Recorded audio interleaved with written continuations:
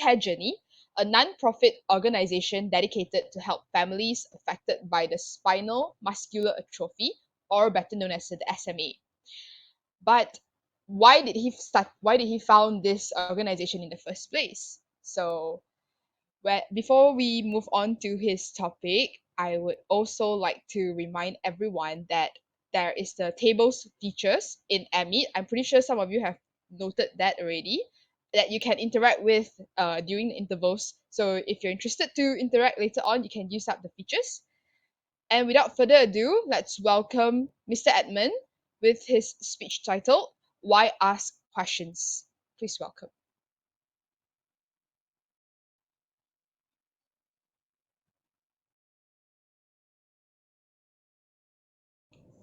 Hello, my name is Edmund. Thank you for being here today. I've always wondered why ask questions. Let me start by sharing with you about my second son.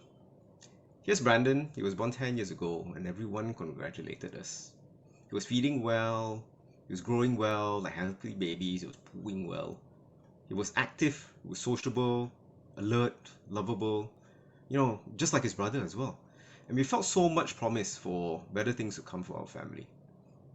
So it left us unprepared for what could happen to him and our lives. Here's a chart of the milestones that a baby should achieve as he or she grows up. So when Brandon was 6 months old, he should have been crawling, which is somewhere in the which is that middle point of the chart.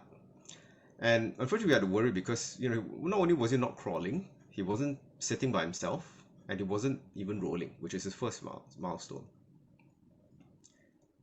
In this picture, he's 1 year old. When he's put into a chair like this, you wouldn't guess there's any problem.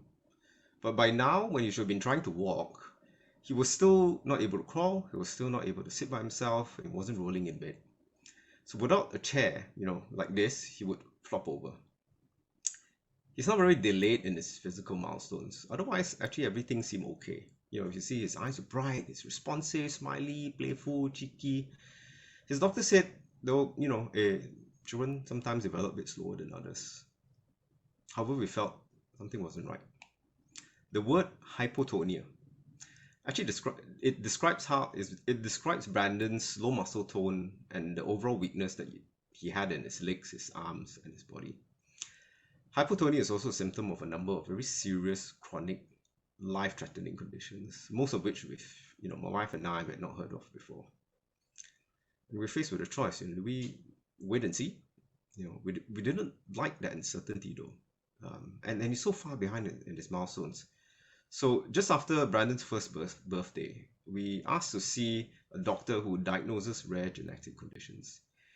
He had taken some tests earlier, and we are at the clinic to get the results. The doctor looked at the report on his test, quietly studied it, and then he sighed. He looked up at my wife, looked up at me, then turned to me, and then said, "Yeah, it's SMA." Just like that.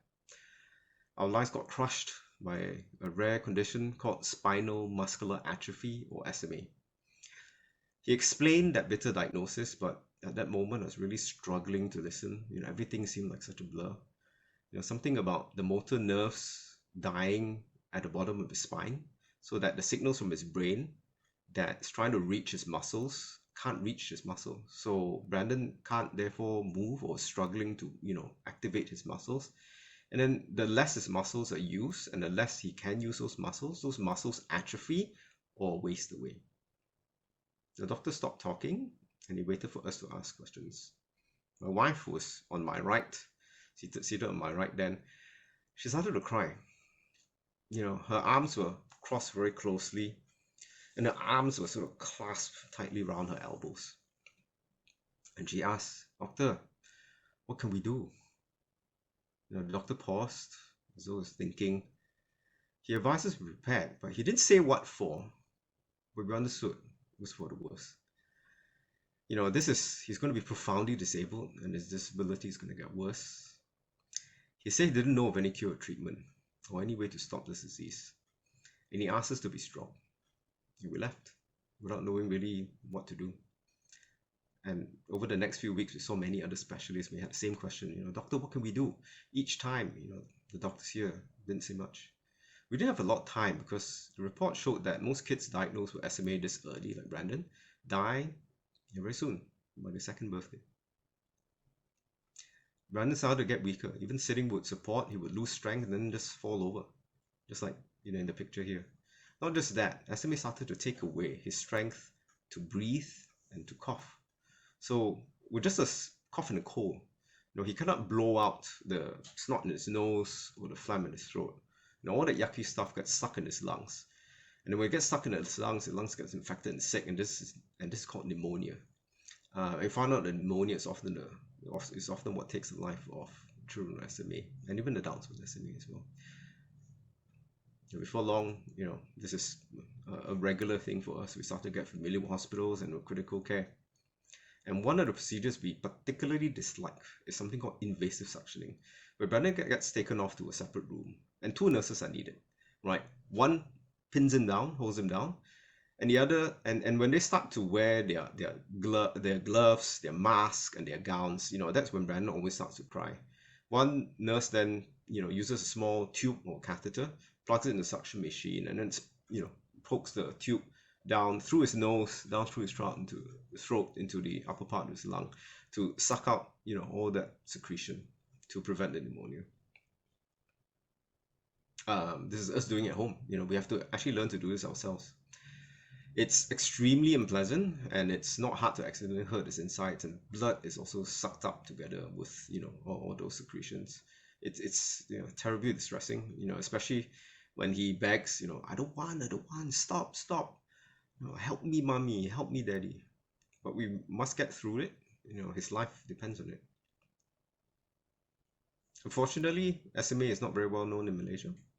Therefore, the standards of care which are required to help, prevent more illness, to help manage the symptoms, to help, the children live a better life, they're not well established. There's no choice, but we have to continue to struggle on.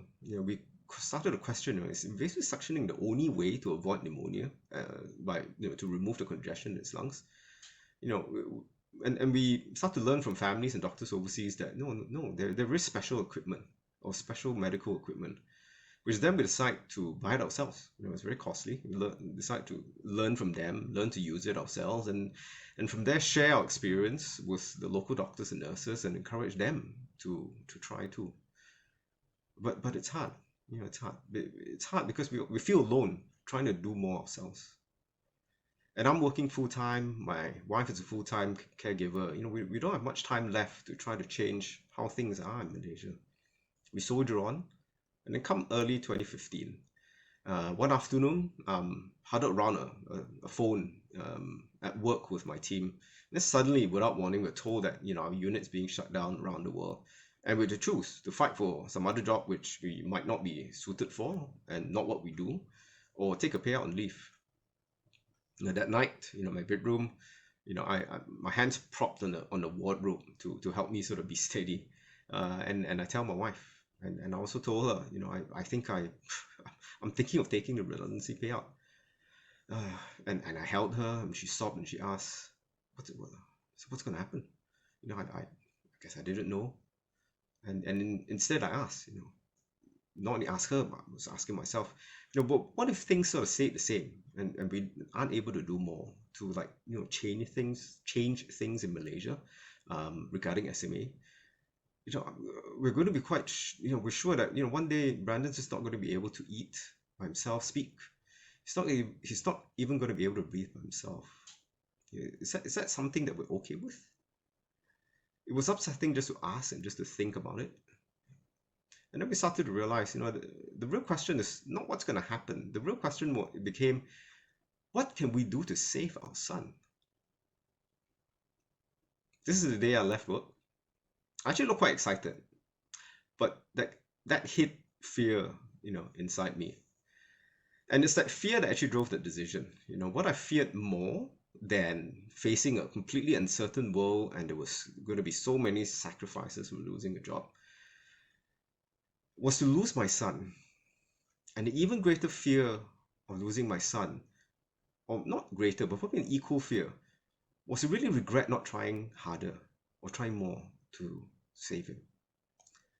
And so much had to be done, and so many things therefore could still go wrong, and there's so many obstacles. But then we thought, on the other hand, who knows? Some things would go pretty well. And then the question started to flow on. How can we save children with SMA across Malaysia? What really are the unmet needs, and is there data, is there evidence, what's proven to treat this condition, and how can we get these things adopted here in Malaysia? Who can help us? Why are we facing such issues? The more questions we ask, the more it allows us to learn. And this is important too. The questioning and the learning, and from the learning, enables us to take action. There's so many obstacles and issues that I have to spend probably another session or two just telling you about it. But what keeps me going is finding out that with thoughtful questions asked, people all around the world usually will respond. Good people will respond with good information and ideas and commitment to help. And then what makes progress is I must respond back as well with possible ideas, possible solutions. That's when you start to sort of create things and make things happen. And when we do that, we also get invited all around the world, connecting with more people, more families, medical professionals, researchers, other advocates, senior reps of pharma companies, health authorities, politicians, and more. You look at last year, I traveled enough to go around the world 3 times, visiting 10 countries. Many of them I've not, gone before, and many more cities and places. And it's when people like that respond, not only overseas but here in Malaysia. They helped me run a small non-profit organization that I founded called VK Journey. And with VK Journey, we're able to deliver numerous vital programs that start to help improve the health outcomes for SMA families. And we start to do that, we can start to encourage and motivate and work with healthcare providers to also raise the standards of care. Recently, and it was just in December last year, we won the trust of top doctors to serve on a medical board. As SMA demands multidisciplinary care, we have specialists from pediatrics to neurology, genetics, respiratory, rehabilitation, orthopedic, obstetrics and gynecology, and palliative care. We also have a crew of therapists as well that we work with very closely. And the total monetary and intrinsic value that we've managed to create together with all these donors and sponsors and partners, is worth tens of millions of dollars. But those numbers don't really tell the full story. The question, how can we save children from SMA, led me to be able to play distinct roles to advocate for getting life-altering treatments for SMA to Malaysia. There were no such medicines like this when Brandon was born. There were no such medicines like this back in 2015 that I shared with you. They only got approved recently in countries overseas. In fact, right now, none of them are actually registered or commercially available yet in Malaysia. Yet, with actually not somehow, but a lot of hard work, we got breakthroughs just a few months ago when the first few Malaysian kids started to receive those revolutionary new treatments that now is able to stop the SMA. It's a fantastic start, and I'm so happy to have the chance to make a difference. There are plenty of hurdles left to convince the government to actually pay for these SMA medicines before a lot more patients can get it and a lot more lives can be impacted. It's taken a long time, a few years, taken me all around the world many times, and a lot of energy and a lot of cost. I suffered a lot of frustration and a lot of heartbreak along the way. But with every setback, I look back to those early days when SMA first came into my life and ask myself this question. Should I choose to count the days, like how I was made to feel, you felt that lack of hope, that inability to do things? Do you count the days? Or do you make every day count? And I guess, look where it's gotten us today. So Brandon turned 10 in July this year. And here he is. Yeah, he's ever joyful. It's amazing. His condition has also stabilized, and we hope for the best, but we know we're always prepared for the worse as well. And if you rewind back to the start when doctors didn't give him and given didn't give him or us, much of a chance. I also do understand why. There's a lot they didn't know, a lot we didn't know, and a lot has changed over the last couple of years. But a lot of work needs to be done to actually get up to speed and stay across all the developments. And maybe he wouldn't have been here with us today if I didn't ask the difficult questions of myself, of my wife, and of the family. And from those questions, to learn, to grow, and to take action. Today, I'm grateful for that time to share with you and to be able to look back at my life, which now seems to be made clearer and meaningful in hindsight. There are, and there were, plenty of unexpected twists and turns along the way, and I expect more as well in the future. I keep going by asking questions. From those questions to learn and to take action. Let me end by giving you some questions, and then for you to learn, and maybe there's some action that you can choose to take. So the first question is, if you have no symptoms like me, is there any risk of SMA? Well, about 1 in 50 people are actually carriers of the defect in the gene that causes SMA. In Malaysia, that's actually over 700,000 people. As carriers, though, we have no symptoms. How many babies, another question, how many babies are born with SMA in Malaysia? About 1 baby is born every week. Unfortunately, the majority of those babies show symptoms very early, and their condition, if it's not treated properly, also deteriorates very rapidly. And we've lost many. We lose a lot of these babies. Others show no symptoms early on, and it's only after a couple of years, sometimes even their teenage years, and even a few when they're young adults.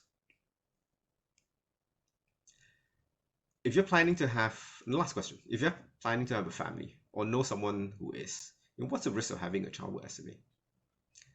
So it takes 2 parents who are carriers, and as carriers you've got no symptoms, so you really wouldn't know. So it takes 2 parents who are carriers of the error in the gene that can cause SMA to have a 25% risk of having a child affected by SMA with each pregnancy. And it's your choice, to choose to find out more. You can ask Google, where you're going to have tons of information. You can ask your doctor, or you can get in touch with me, right? You can get my contact details are here. It's edmund@wecarejourney.org. The website is wecarejourney.org. You can get in touch with the organizers of today's talk to connect with myself. Let me end with this, which is how I started, which is wondering why ask questions? Because it allows you to learn, and what you learn allows you to take action. And the decisions to take action and what you learn are not always easy. Sometimes there's a lot of conflict, there's a lot of contradiction, there's a lot of tension. But remember this.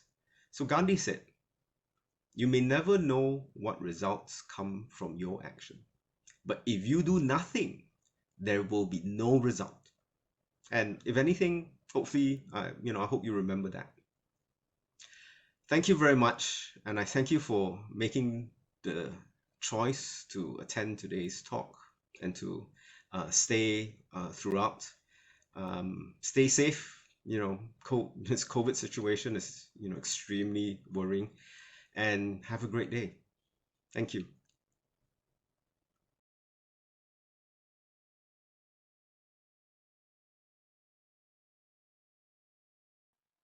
Thank you, Mr. Edmund. That was a really thought-provoking speech, and I do hope that our audience have learned something from today's session.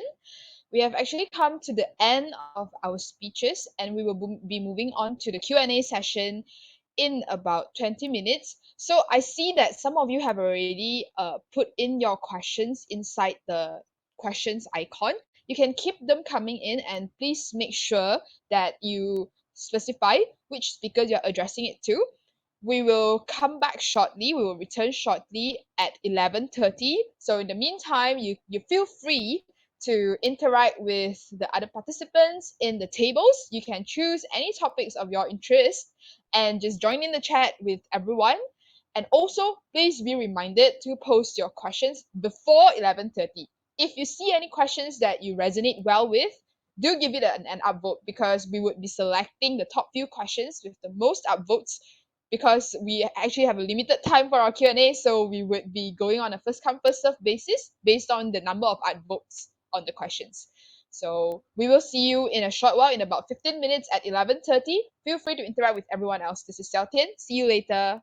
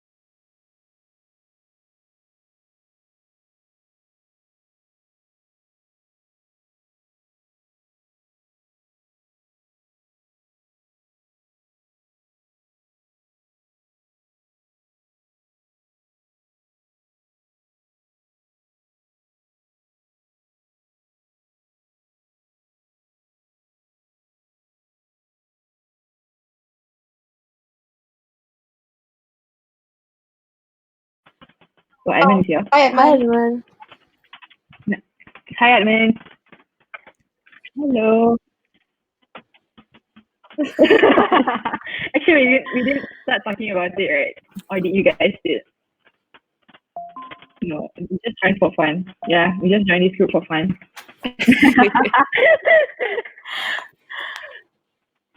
You got the host.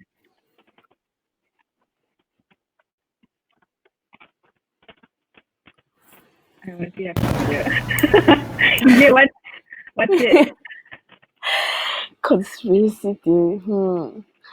What if everyone is just allergic to oxygen, but like it's just taking like the average lifespan for you to die out because of it, you know? Wow.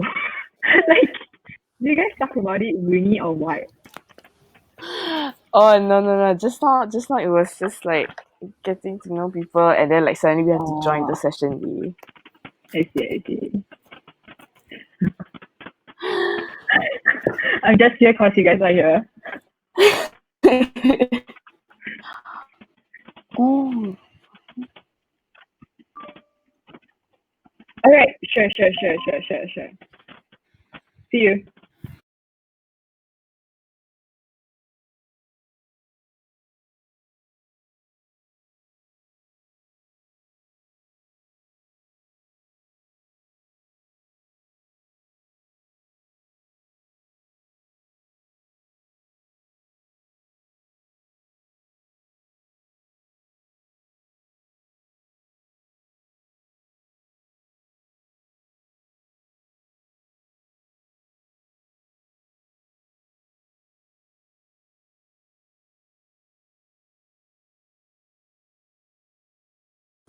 Hello. Yeah, I'm fine. Thank you. Sorry? What is the deepest insight? In science, since I'm learning the chemical engineering, so I'm still getting used with the relation between the environment and chemical engineering. Uh, are you enjoying Sorry? Uh, Not entirely, but yeah, still getting used to it. Even though I just finished my degree, but still in the between of changing the course. Maybe changing the master I will be taking. Maybe something else.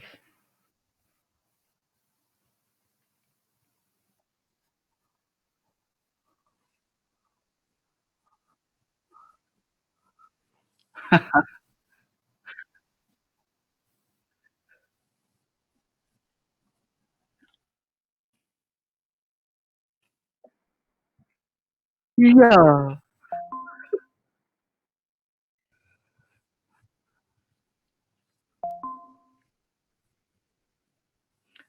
true. Yeah, better late than never.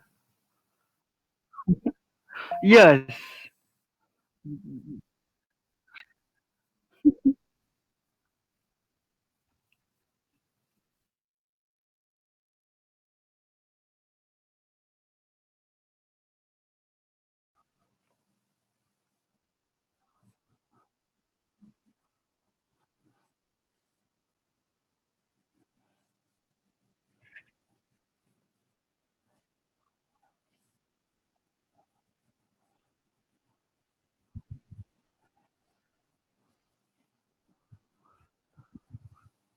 exactly. Yeah.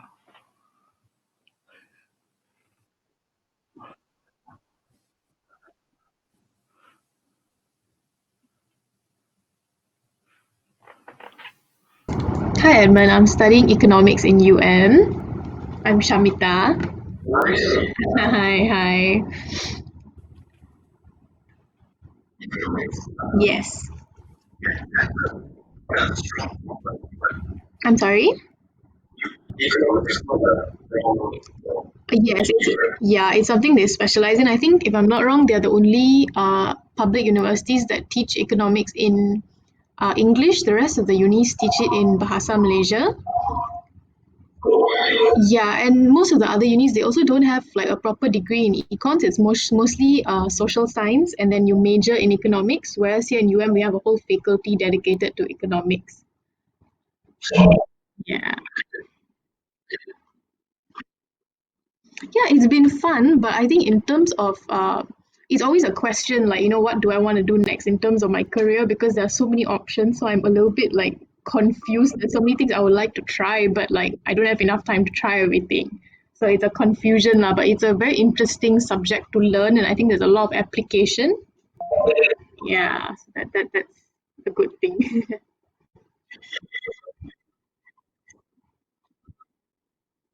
Oh, okay.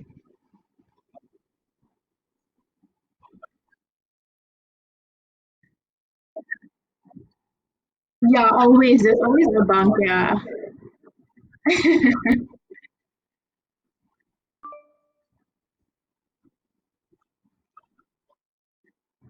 exactly true.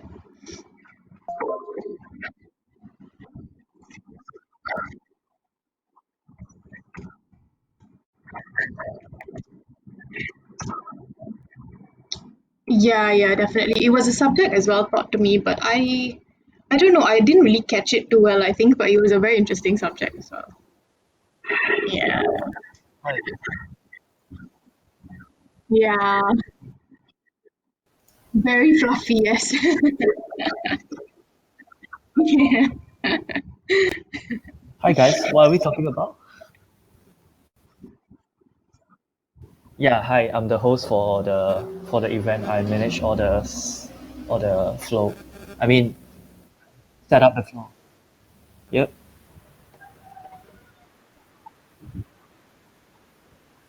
Right.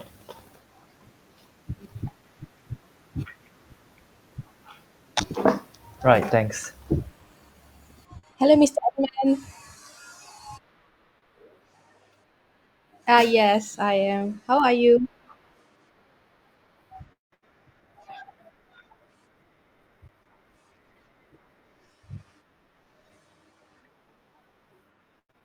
I'm based in Penang.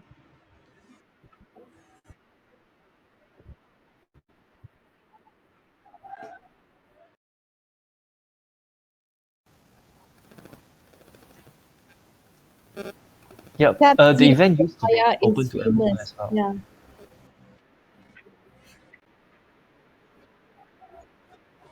Oh, I'm studying in UM. Yeah. Yep. English linguistics. Yeah, actually, I'm done with the studies. I'm doing my intern. Women's Aid Organization. Yeah.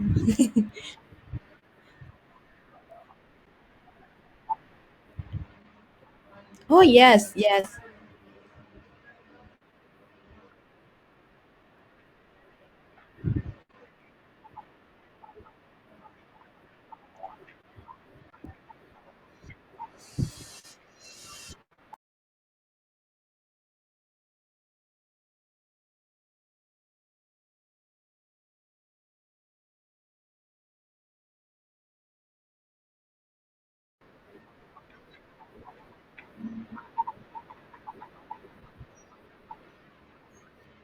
Yeah, that's true.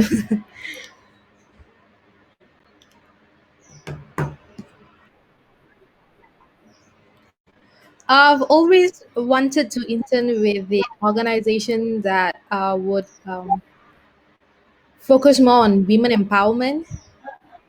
So that's why I choose WAO.